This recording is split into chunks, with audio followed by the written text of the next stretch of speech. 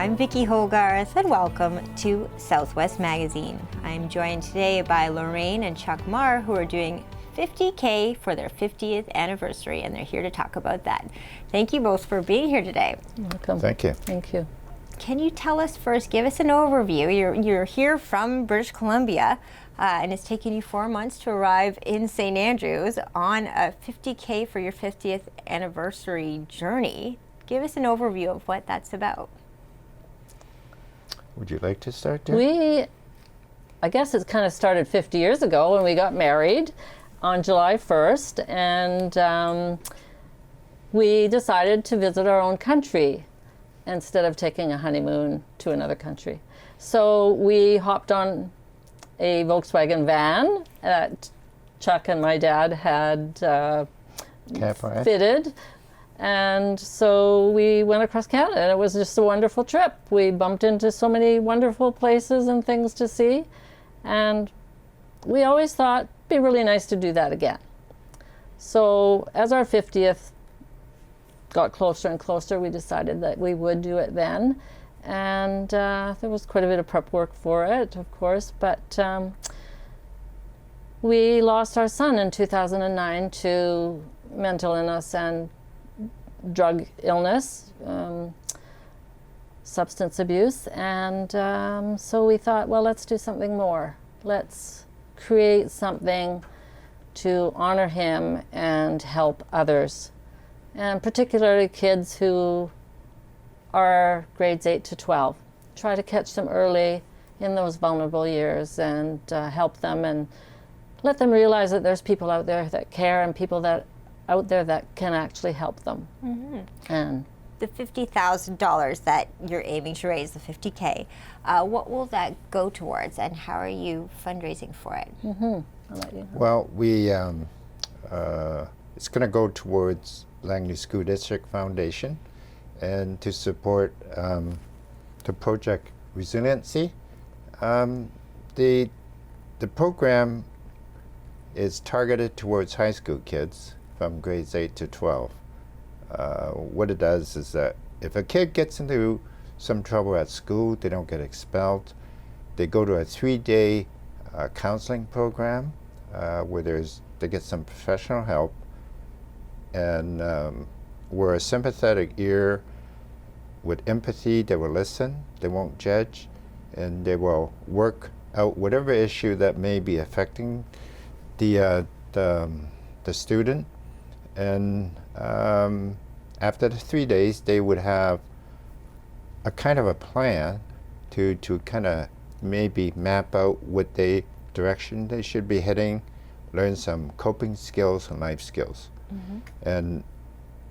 And the funds goes directly towards covering the extras for that. Now, when I say extras, when this program started in 2008, it was done on a voluntary basis and strictly by donation. It wasn't part of the Ministry of Education program. But now I think over time they have seen the wisdom that they should have these professionals on staff.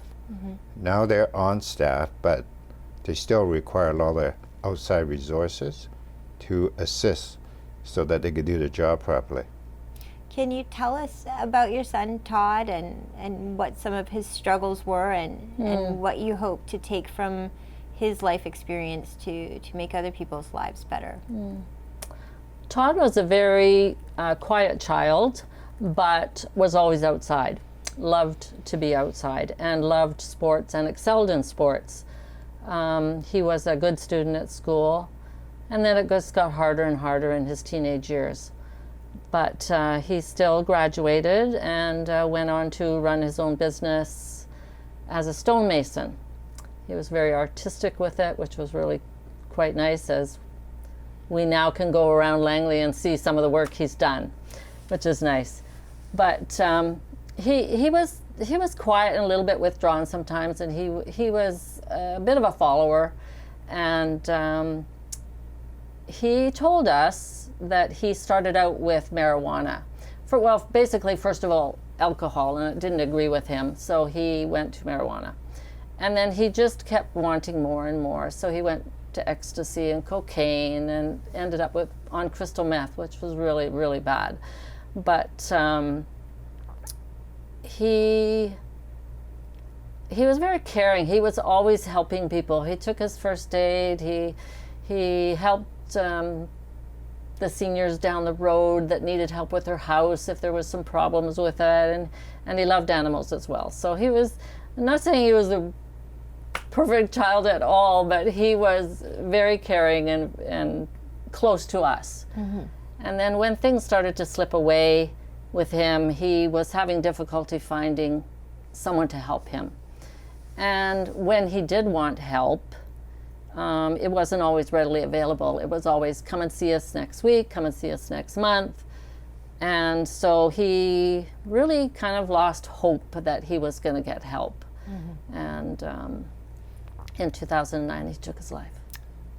How has it become important for you to advocate for mental health? Has it been an important part of your healing process to take his memory and help others with it? Yeah, we certainly wanted to honor his memory by helping other families to appreciate that if your child is going through what our child has gone through, like all parents, we love them and we care for them, but we're way too close to be able to effectively help them in the proper way. You know, we try to direct resources that may pay for his treatments, and we've done that to the best of our abilities, that we were able to walk for them and make sure that he get the help he needs. Mm-hmm. And we didn't give up on him, and we want to make sure that other families, if they're faced with a situation, do not give up on your child. Mm-hmm. Because, you know, and if they're not in that situation yet, make sure that, you know, you direct, have some direct conversations with them, but respectfully, and don't judge. You know, listen with empathy, mm-hmm. and make sure that they understand that you're fully behind them. Mm-hmm. You know, that you love them. They're going through a tough period, and they were going to continue more tough periods, but stick with them. Mm-hmm. And that, if anything, for parents, I think that's a legacy that we'd like to honor our son with. Mm-hmm. And I think, you know, many Canadians' lives have been touched by addiction and mental health. Yes. And for people, though, who haven't, I don't think they always realize how hard it is to navigate our healthcare system when it comes to mental health and addiction. If you break your leg, you will be seen right away. Yes. But if you are struggling with addiction, it's not the same story. So what you're doing is so important. What's beautiful about how you're doing it is this vibrant spin you've put on it, where you're traveling across the country, doing things you love, golfing, mm-hmm. doing it in memory of your son, mm-hmm. and raising money along the way. And sometimes when you bring that life and vibrancy to a movement, you get people paying attention for many different reasons, and that's what you've done. Can you tell me how you came up with the concept of celebrating your 50th anniversary to raise money for mental health and bring mental health awareness across Canada? Chuck and I like to golf. Golf was really what helped us with our mental issues after we lost our son. It helped us to be able to go out onto the course. We didn't always have to go with other people. We could set up some time sometimes to just go on our own. And then we realized that it was helping us, so we would go out more and more. And then we just were able to talk to other people as well. And the more we talked about it, I think the more it helped us. Mm-hmm. And everybody that we talked to across this beautiful country of ours has a story. They know somebody, whether it's within their family, friends, you know, just people they hear of. There's so many losses and so many stories out there, and it's time for us to start talking about it and reduce the stigma. Mm-hmm. You know, really, I mean, years ago, we didn't want to talk about postpartum. Now, we can talk about it openly and people understand it more. So we need to talk about these issues with our young children and our youth so that they feel more comfortable about talking about it. Yeah. Have you noticed a significant shift even from when maybe you first started talking about it over a decade ago to where we're at now with the conversation in Canada, at least? Yeah. We definitely have. And, you know, I think to maybe expand on the answer, how we come up with the idea is that, you know, when we're dealing with COVID, like we all have, golf was one of the few opportunities for us to go outdoors, and there was no restrictions, and sharing it with our fellow senior golfers, we discovered that they're saying, what a blessing that we have this opportunity. And they also love traveling. You know, many of them like to travel. And that, so the two seem to kind of start to merge. And we thought that might be an opportunity to start the dialogue, have people talk about it as we cross the country and each community. What better way to meet people than at the golf course sometimes, you know? I mean, yeah, those, you meet You're the best. with them for 4 hours. Yeah, and you meet the best people. And generally, they're probably the best source of information to reveal what each community are faced with. And without exception, I would have to say each community pretty much, without crossing economic boundaries or anything else, they all shared the same kind of story when we started what we're trying to do. And they said, you know what, we really need help in this area. And that, so. And we do. And we do. It's a crisis out there. I mean, everybody says it's a crisis, and just need to do something about it to save our youth and save our people. Yeah. And try to raise money for, to assist the endeavor that we're doing in a small way. I know that we try to raise $1,000 for each year that we've been married. We have to say that we're nudging 84,000. And that's through a lot of hard work and volunteers that helped us organize an event before we left home 4 months ago. It's a community event, all volunteers, everything is donated, and tickets were sold for it. There was auction, silent auction, prizes and games, and in one evening, we managed to raise over 41,000. Wow. Yeah, it was incredible. So it was incredible support. You know, the politicians that came, they also purchased tickets, and we politely suggested them that they should enjoy the evening, take the night off. It's really for the kids, and if we could appreciate that, no speeches, and the only speeches that we had were two. One was a grade 9 student, another one was a grade 12 student. And they were so brave, they got up the stage, told their story right from the heart, how they were helped by the program. Wow. And each one of them, after they're done, they had a standing ovation from everyone. And that, of course, the auctioneer jump right in there and say, ladies and gentlemen. Took the opportunity at that time. Open up your wallets and open up your purses. Here we go. So the rest is, Yes. but the other 40 some odd thousand is through direct donations, small donations, some big, some, you know, from all sources, you know, from grandparents, parents, cousins, aunts, friends, people we met along the way, some of the members we golf with, even some shops, communities, businesses. and that when we're at Royal Niagara when we golf, we were at the course. We stayed overnight on our RV. they were hosting a juniors tournament. And this 14 or 15-year-old boy came by, saw our poster on the side of our RV, spoke to Lorraine and found out what we're trying to attempt to do to help youth. And he promptly reached into his back pocket and presented her with $20. And we were blown away because it's not the amount of money, but it's the gesture. Right. You know, and that's the kind of support that we've been getting. Kind of think maybe it was close to his heart, you know? Could have been. It could have been his, you know, I don't know, allowance for the weekend.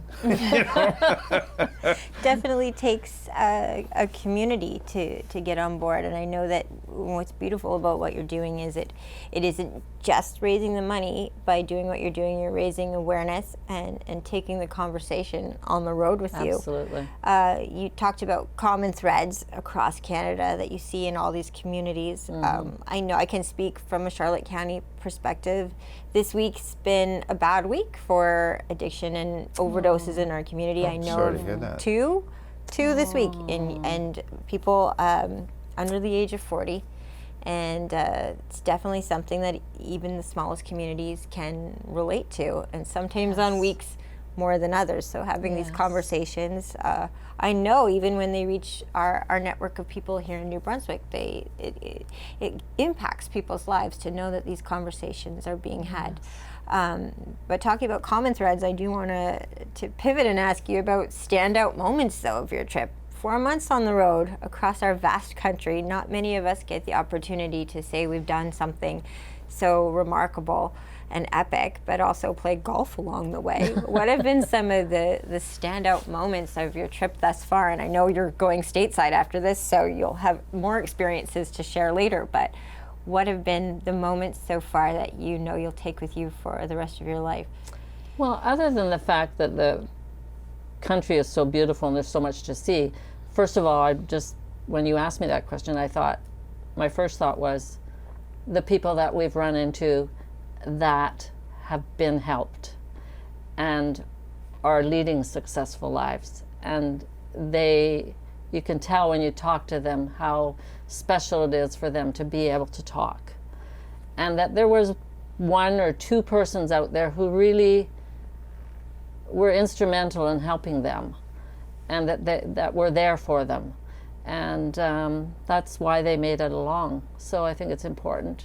I think what stood in my mind is that we ran into a waitress that was in Sussex. We were having lunch, and when she found out what we were trying to do to help youth, she heard our story and what we're trying to do. She was got quite emotional, was virtually in tears, and she said she's been helped. And she's been helped when she was in school by a counselor back in the day. So she was in her advanced years, and that was back in the day where the counselors will actually counsel you, not just direct you to, okay, you take this course to go to university, you take that course to go do something else, and not be afraid that they're going to be stomped on by parents for saying, why are you sticking your nose in my kid's business? And she was helped. And she has lost 2 family members. One is missing, they don't know what happened to him, and the other one has died from drug situation. So it's very close to her, and she knows that people can be helped, but we need more resources. And you know, on that tone, need more resources that are directed from either, you know, governmental side at different levels that involved with the school system, to have someone professional on staff at each school, or even district wide, you know, so that kids who are seeking help don't just go to a counselor where they say, oh, you're that troublemaker, you know, you're that druggie, or whatever term they use, which is right away the kid will clam up. You know, he or she is not going to be be prepared to open up and try to break down whatever stereotype or barrier that you already put up on this poor person. And that we may lose them. Yep. But if someone is sympathetic, they're ready to hear and listen to you and say, you know what, I think I can't help you, but I think I know someone who can, or whatever it is. And that's what our program does. And these professionals are the ones that say, it's just between us in this room. Whatever you say to me, feel free. I'm not going to judge you. I'm going to listen to you. And, you know, that goes a long way. People just has to be listened to sometimes. And then they're also followed up. So after they finish the program, they can come back and talk if they need to. But the counselors also follow up with them every now and then to find out how they're doing. And so they do know that there's someone there. And even suggest mentors that they could work with, and not like a big brother or a big sister type of thing, you know. So it's someone they respect, someone they could relate to, and that goes a long ways. Oh, for sure. We know this program isn't going to solve and help everybody, but there's that opportunity to help many. You know, so I think And it's that, a- and it's when a- they're young like that. Right, and it's a brick in the road of progress. The more movements and people that talk about it. I shared with you before we started recording that I'm very openly in recovery, but I think because of the stigma that is associated with addiction, people Right. will think, "Oh, that's not what I expected. You're not you couldn't be the face of that." And to a degree, that still has an impact on my life. That depending on who you're talking to, it might be an awkward conversation. So Right. Sure. it's important for me, and obviously for you, to say, okay, I'm going to be fine with having these open conversations, but I can tell you firsthand that stigma is such a huge factor. Yeah, and it takes a while for a person to get used to talking to somebody about issues, but I think the more that you are interested in helping and the more you talk about it, the more, like, it's taken us 14 years. So, but our friends were so supportive, our family was so supportive, and you know, since Todd's passed, we've had other families that we know close that have had children pass, and it's tough. But you know, I think it helps us to go on, to talk about it, and we're not going to help everybody. We're just going to help a few small ones if we can, you know. But But the we need help. conversation has to be broadened. Yes. You know, I think our daughter said, you know, you started off as two voices, and maybe speaking to others, add more voices, and those voices gets a little louder. And hopefully, as it gets louder, it'll break down some of the walls and barriers, which is very wise, you know. I mean, that's something that struck with me, and that's why we decided also to take it on the road. And if we could share it with somebody, outside of the golf course, sometimes there's some influential people that we may bump into, and they may take that to their community and say, hey, look, we could do something like this. And that, why not try? Why not the politicians, if they see this and say, perhaps we should direct more resources towards helping the schools on a proactive basis rather than on the treatment side. When it's someone died, it's like a, you know, a stop sign or a traffic light. Until somebody gets hurt or killed, there's no stoplight, and that. But you don't want to wait till treatment. You want to be avoid that, and just imagine, because the youth are our future, and if we could help the youth before they get into trouble, rather than putting all the resources. And I'm not saying we don't look after the people who are in trouble now. I'm not saying that at all. But all I'm saying is that direct some of the resources to other way as well. Yeah, it's a lot. I from what I understand, it's a lot less expensive too to offer Absolutely. treatment than to deal with things in the emergency room. Which Right. is often Yes. how it ends up. Exactly. Now you talk about the next leg of your journey. You're heading to New England, Chicago. Tell us about where you're going and how people can follow you. Chuck can tell you where we're going. And people can follow us on our website. We have a website, and it's www.50kfor50mar, which is marr.ca. So it's 50k for 50mar.ca. On the site, we have links to our Facebook and our Instagram, which Chuck and I are trying to put little blogs on every few days and let people know where we are and what we're doing and who we've run into. And it's been really fun to do that. And yeah, so Facebook, Instagram, our website. And within our website, there's also a donate button. So if anybody wanted to donate, they can just go right there, and it's through Canada Help, so everything is private. They get a tax receipt right away, so through their email, so it's very easy to do. But also, if there's our email address there, the 50K for 50 email, and anybody can log into there, tell us their story, talk to us, ask questions, and we'd be happy to share and to listen. And there will be a lot more posts to follow, because I understand you won't make it back home till November, so a few months ahead. Couple of more yet. Yeah. So Well, the route we're going is Well, we're just going to head down New England states, down as far as DC, and head west to Chicago, meet our friends, had a Cubs game, and enjoy a bit of time.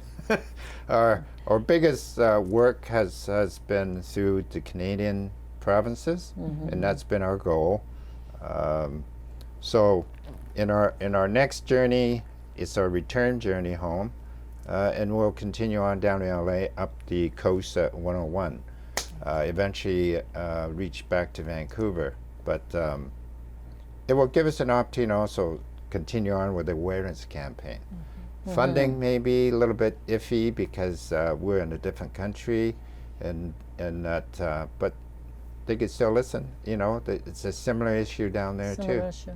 Yeah. well, thank you both so much for taking the time to make us one of the stops along the way, and for spreading your campaign and this important awareness. I appreciate you both being here today. Thank you so much. Thank you. My guests today have been Lorraine and Chuck Marr from 50K for 50th Anniversary. I'm Vicki Hogarth. Thank you for watching Southwest Magazine.